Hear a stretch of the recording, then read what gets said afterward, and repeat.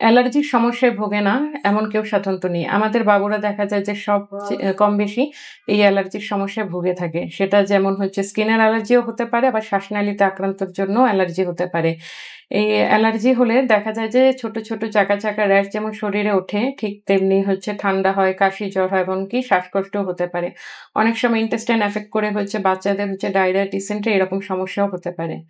তো এখন এর সমাধানের ঘরোয়া রেমেডি কি? যে অ্যালার্জি হলে সাধারণত বাচ্চার মায়েরা দেখা যায় যে প্যানিক হয়ে যায় যে কেন তাদের বাচ্চাদের এইরকম সমস্যা হচ্ছে।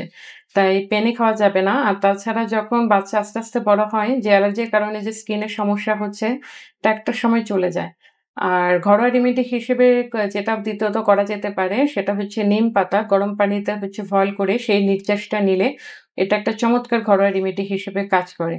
তাছাড়া পুদিনা পাতা বয়েল করে সেটা যদি পান করা যায়, তো অ্যালার্জির কারণে যে সোরনেসটা হচ্ছে গলায় সেটা অনেকটা লাঘবও হয়ে যায়।